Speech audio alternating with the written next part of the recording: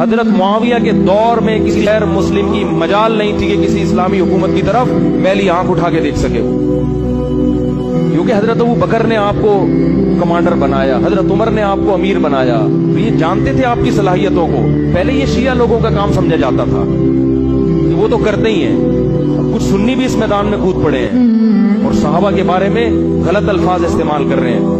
حضرت معاویہ اور ابو سفیان کو یہ فضیلت ہے کہ وہ نبی کے سسر اور نبی کے برادر نسبتی ہیں۔ نبی قیامت کے دن کہیں گے نہیں کہ میرے نسب کا، میری رشتہ داری کا کچھ خیال کر لیا ہوتا،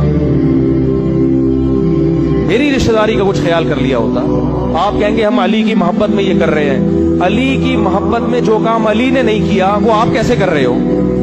حضرت علی کی 2 لڑائیاں ہوئی ہیں، لیکن حضرت علی نے نہ کسی پر جہنمی ہونے کا فتویٰ لگایا، نہ کسی پر منافق ہونے کا فتویٰ لگایا، نہ کسی پر کافر ہونے کا فتویٰ لگایا۔ شہداء کے جنازے پڑھے حضرت علی نے، اور پھر آپ حضرت حسن کے بھی اہل بیت میں سے ہیں، ان کے بھی قائل ہو۔ حضرت حسن نے، حضرت علی کے بیٹے نے، نبی کی حدیث کے مطابق کہ نبی نے فرمایا تھا کہ میرا بیٹا 2 مسلمان گروہوں میں سلح کروائے گا، تو حضرت حسن نے 2 مسلمان گروہوں میں سلح کروا کے اس لڑائی کو ہمیشہ کے لیے ختم کر دیا۔ تو اب آپ اس کو ہوا کیوں دے رہے ہو؟ آپ کس بیس پر آپ اس کو میڈیا کی سیرت بنا کے صحابہ پہ تبرہ کر رہے ہو؟